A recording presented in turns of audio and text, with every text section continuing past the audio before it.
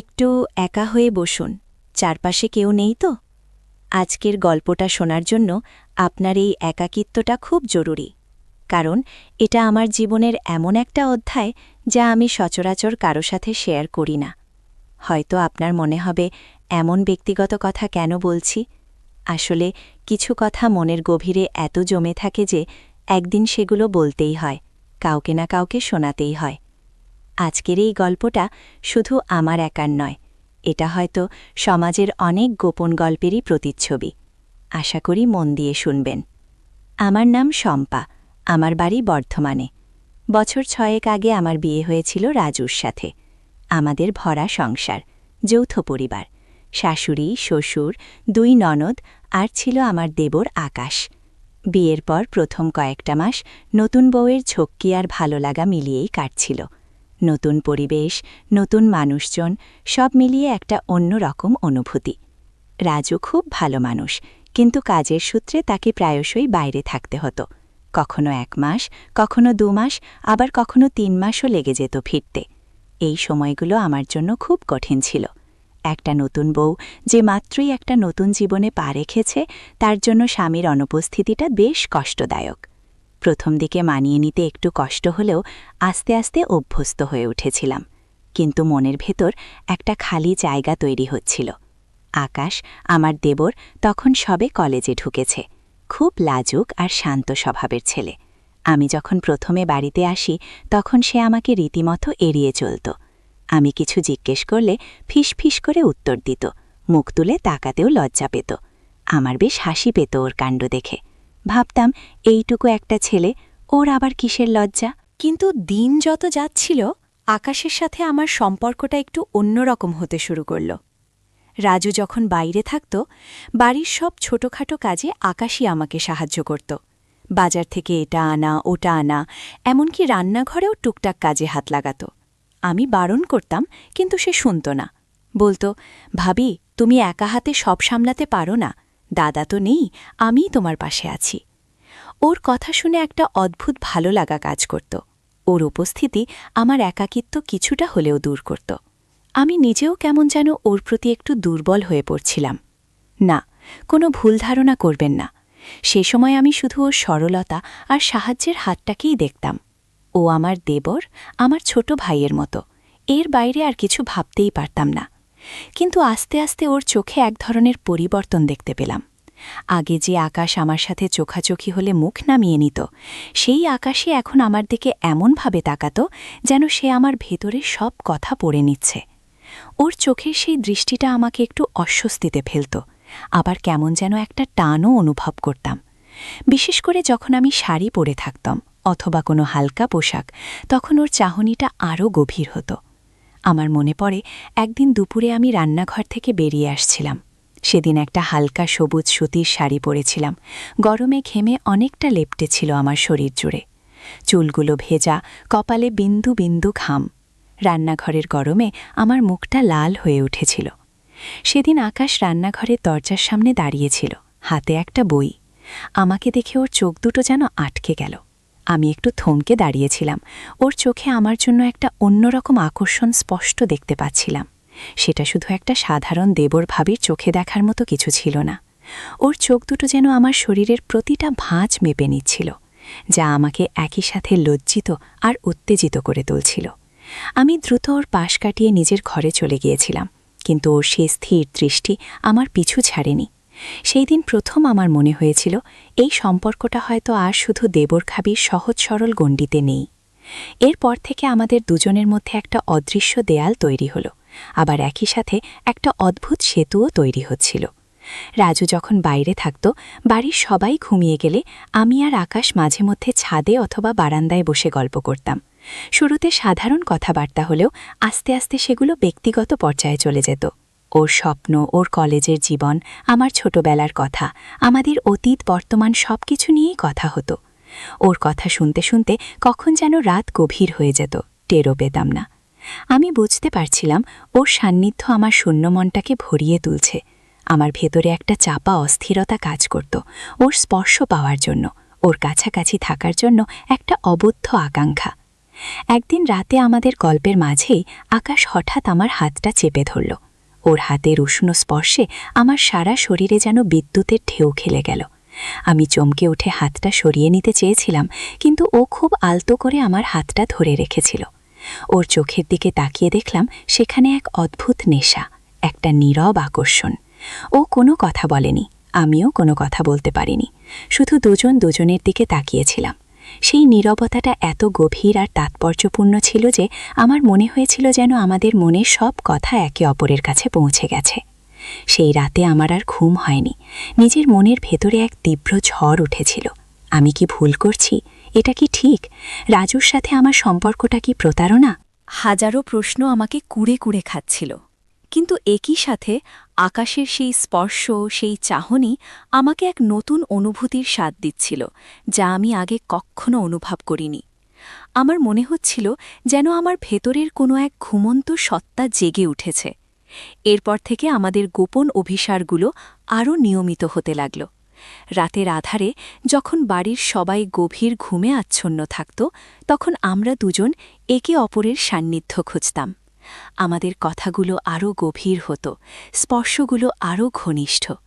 ও আমাকে নিজের কষ্টের কথা বলতো কেমন করে সে আমাকে ভালোবেসে ফেলেছে। আমি জানতাম এটা ভুল, এটা সমাজের চোখে পাপ, কিন্তু ওর আবেগ ভরা কথাগুলো আমাকে আরও দুর্বল করে তুলত। আমি বারবার নিজেকে বোঝানোর চেষ্টা করতাম যে এটা শুধুই একটি ভুল বোঝাবুঝি, কিন্তু ওর সান্নিধ্য আমার সব যুক্তিতর্কের বাঁধ ভেঙে দিত। একদিন ছাদে বসে আকাশ আমাকে জড়িয়ে ধরেছিল। ওর হাতের নিবিড় আলিঙ্গনে আমার সমস্ত শরীর কাঁপছিল। আমি নিজেকে ছাড়িয়ে নেওয়ার চেষ্টা করিনি, বরং ওর আরও কাছে চলে যেতে চেয়েছিলাম। ওর নিঃশ্বাস আমার কানের কাছে এসে পড়ছিল, আর আমার মনের ভেতরে এক অদ্ভুত আনন্দ আর অপরাধ বোধের মিশ্রণ হচ্ছিল। ও আমার গালে আলতো করে চুমু খেয়েছিল। সেই চুম্বনে কোনো জোর ছিল না, ছিল শুধু ভালোবাসা আর তীব্র আকাঙ্ক্ষা। আমি ওর চোখে চোখ রেখেছিলাম, আর আমার চোখে তখন জল ছিল। এটা ছিল ভয়ের জল, অনুশোচনার জল, আবার ভালোবাসার জলও। সেই মুহূর্তে আমার মনে হচ্ছিল এই পৃথিবীর সব বন্ধন ছিঁড়ে আমি ওর কাছে চলে যাই। তবে আকাশের ভালোবাসার মধ্যেও আমি এক ধরনের নিয়ন্ত্রণ অনুভব করতে শুরু করি। সে চাইতো আমি যেন ওর কথা শুনি, ওর প্রতিটা আদেশ মেনে চলি। একবার আমি যখন ওকে বলেছিলাম যে এটা ঠিক নয়, আমাদের এভাবে মেলামেশা বন্ধ করা উচিত, তখন ওর মুখের চেহারাটা পাল্টে গিয়েছিল। ওর চোখে এক অদ্ভুত জেদ আর অধিকার বোধ দেখে আমি ভয় পেয়েছিলাম। ও আমাকে বলেছিল, ভাবি, তুমি জানো না আমি তোমাকে কতটা ভালোবাসি। তুমি যদি আমাকে ছেড়ে যাও, আমি কিছু একটা করে ফেলব। ওর এই কথাগুলো আমাকে একরকম মানসিক চাপে ফেলে দিয়েছিল। আমি জানতাম না ওর এই হুমকিটা কতটা গুরুতর, কিন্তু আমি ঝুঁকি নিতে চাইনি। আমার ভেতরে কাজ করছিল এক অজানা ভয়। যদি কেউ জেনে যায় তাহলে আমার কি হবে? আমার সম্মান, আমার সংসার সবকিছুই তো শেষ হয়ে যাবে। ওর এই আবেগপ্রবণ ব্ল্যাকমেলটা আমাকে ওর কাছে আরও বেশি বাধা ফেলছিল। আমি ওর কথা অনুযায়ী চলতাম, ওর সান্নিধ্যে নিজেকে সমর্পণ করতাম, কারণ আমি জানতাম না অন্য কোনো পথ।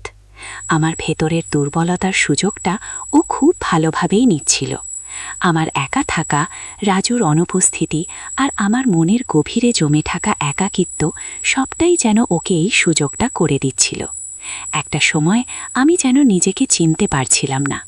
আমি সেই শম্পা ছিলাম না যে কিনা বিয়ের আগে প্রতিটি পদক্ষেপ ভেবে চিনতে নিত। এখন আমি এক অন্য শম্পা, যে কিনা নিজের মন আর আবেগের কাছে হেরে যাচ্ছিল। আমার ভেতরে এক তীব্র দ্বন্দ্ব চলছিল। একদিকে রাজুর প্রতি আমার কর্তব্য, আমার পরিবারের সম্মান, অন্যদিকে আকাশের প্রতি আমার তীব্র টান আর ভালোবাসা। আমি জানতাম এই সম্পর্কটা একটা গোলকধাঁধা, যার শেষ পরিণতি শুধু অন্ধকার। আমার হাসিগুলো যেন ফিকে হয়ে যাচ্ছিল, চোখের নিচে কালো দাগ পড়ছিল। ঘুম আসত না রাতে, শুধু চিন্তা হতো কখন কিভাবে এই সম্পর্কটা শেষ করব। কিন্তু শেষ করার সাহস পাচ্ছিলাম না। আকাশের সেই তীব্র দৃষ্টি, সেই আবেগপূর্ণ কথাগুলো আমাকে আরও বেশি জড়িয়ে রাখছিল। সে যেন আমার প্রতিটি দুর্বলতা জানত এবং সেগুলোর সদ্ব্যবহার করছিল। একদিন রাজু হঠাৎ করেই আগে ভাগে বাড়ি ফিরে এলো। তার ফিরতি খবর আমাকে জানানো হয়নি, কারণ সে আমাকে চমকে দিতে চেয়েছিল। আমি সেদিন ছাদে আকাশের সাথে ছিলাম। আমরা দুজন কথা বলছিলাম, আর সে আমার হাত ধরে বসেছিল। হঠাৎই নিচে গাড়ি থামার শব্দ শুনে আমার বুকটা ধরফর করে উঠল। রাজু! আমি দ্রুত আকাশকে ধাক্কা মেরে সরিয়ে দিয়ে নিচে নেমে এসেছিলাম। রাজুকে দেখে আমি একই সাথে খুশি আর ভয় পেয়েছিলাম। খুশি হয়েছিলাম আমার স্বামী ফিরে এসেছে বলে, আর ভয় পেয়েছিলাম যদি আকাশকে দেখে ফেলত। সেই দিন থেকে আমি সিদ্ধান্ত নিলাম, আর নয়, এই পথটা শুধুই ধ্বংসের পথ। আমি জানি আমার মনের ভেতরে তখনও আকাশের জন্য একটা টান ছিল, কিন্তু আমি আমার সংসার, আমার সম্মান আর আমার আত্মমর্যাদাকে হারাতে চাইনি। আমি আকাশের সাথে সরাসরি কথা বলেছিলাম, আকাশ, আমরা যা করছি তা ভুল। এটা সমাজের চোখে অন্যায়, পাপ। আমি তোমার ভাবি, আর তোমার দাদার স্ত্রী। আমাদের এই সম্পর্কটা আমাদের দুজনের জীবনই নষ্ট করে দেবে।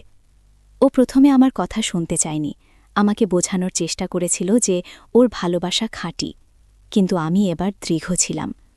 আমি ওকে বলেছিলাম, যদি তুমি আমাদের সম্পর্কটাকে সম্মান করো, তাহলে তুমি আমার এই অনুরোধটা রাখবে। আমাদের আর এভাবে মেলামেশা করা চলবে না। আমার চোখে সেদিন আর কোনো দুর্বলতা ছিল না, ছিল শুধু কঠিন এক প্রতিজ্ঞা। আমি তাকে আরও বুঝিয়েছিলাম যে যদি এই সম্পর্কটা সবাই জানতে পারে, তাহলে শুধু আমাদের দুজনেরই নয়, পুরো পরিবারের সম্মান ধুলোয় মিশে যাবে। আমি ওকে তার নিজের উজ্জ্বল ভবিষ্যতের কথা বলেছিলাম, তার পড়াশোনা আর স্বপ্নের কথা মনে করিয়ে দিয়েছিলাম। আমার কথায় সে কিছুটা হলেও প্রভাবিত হয়েছিল। ওর চোখে কষ্ট দেখেছি, রাগ দেখেছি, কিন্তু শেষ পর্যন্ত ও মাথা নিচু করে আমার কথা মেনে নিয়েছিল। সেই দিনের পর থেকে আমাদের দুজনের মধ্যে একটা দূরত্ব তৈরি হয়েছে। আমরা আর রাতে ছাদে যাই না, আর গভীর গল্প করি না। আমাদের মাঝে এখন শুধু দেবর ভাবির সেই পুরনো সম্পর্কটাই টিকে আছে, কিন্তু সেই সম্পর্কের গভীরে লুকিয়ে আছে অনেক না বলা কথা, অনেক অব্যক্ত অনুভূতি। আমি জানি এই ক্ষতটা হয়তো কখনোই সম্পূর্ণরূপে সারবে না, কিন্তু আমি নিজেকে বাঁচিয়েছি, আমার সংসারকে বাঁচিয়েছি। এই অভিজ্ঞতাটা আমাকে জীবনের এক কঠিন শিক্ষা দিয়েছে। শিখিয়েছে যে আবেগের বশে এমন কোনো ভুল করা উচিত নয় যার জন্য সারা জীবন অনুশোচনা করতে হয়। শিখিয়েছে যে সম্পর্কের গণ্ডিটা সবসময় মেনে চলা উচিত, তা যতই কঠিন হোক না কেন। জীবনের পথে চলতে গিয়ে অনেক প্রলোভন আসে, অনেক জটিল পরিস্থিতি তৈরি হয়, কিন্তু সেই সময়টাতে মাথা ঠান্ডা রেখে সঠিক সিদ্ধান্ত নেওয়াটাই আসল। নিজের দুর্বলতার সুযোগ যাতে কেউ নিতে না পারে, সেদিকে লক্ষ্য রাখাটা খুব জরুরি। আমার এই গল্পটা হয়তো অনেক নারীরই জীবনের লুকানো এক অধ্যায়, নিজের মনের সাথে যুদ্ধ করে টিকে থাকার গল্প। আমি চাই না আমার মতো ভুল আর কেউ করুক। তাই প্রতিটি সম্পর্ককে তার সঠিক মর্যাদা দিন, এবং আবেগের বশে এমন কোনো কাজ করবেন না যার ফলশ্রুতি আপনাকে সারা জীবন পস্তাতে হয়। কারণ শেষ পর্যন্ত আপনার পরিবার, আপনার সম্মান এবং আপনার আত্মমর্যাদাই আপনার আসল সম্পদ। আপনার মতামত জানাতে ভুলবেন না, আর এমন আরও গল্প শুনতে চাইলে চ্যানেলটি সাবস্ক্রাইব করে রাখুন।